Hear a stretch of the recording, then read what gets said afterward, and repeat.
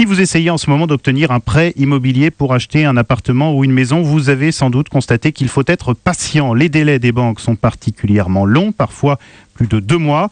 On va essayer de comprendre avec vous, Anne-Laure Jumet du service économie d'Europe 1, pourquoi les banques sont-elles à ce point lentes au démarrage ? Eh bien parce que les Français sont de plus en plus nombreux à vouloir acheter un logement en ce début d'année. Il faut dire que les taux sont à des niveaux historiquement bas, moins de 2%.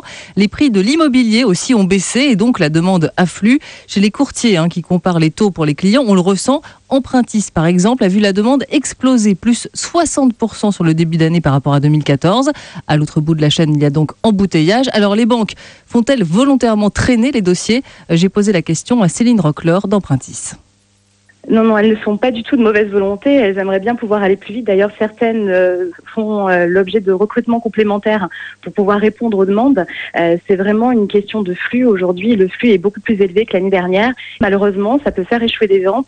Et c'est pour ça que nous conseillons à nos clients de consulter plusieurs établissements en même temps. Avec un faible écart de taux entre 2 établissements, il vaut mieux privilégier celui qui est en capacité de répondre vite plutôt que le taux. Car ce courtier le constate, certaines banques sont plus lentes que d'autres à répondre aux clients. Et puis, si vous renégociez en ce moment le crédit de votre emprunt immobilier, eh bien, il faudra être encore plus patient.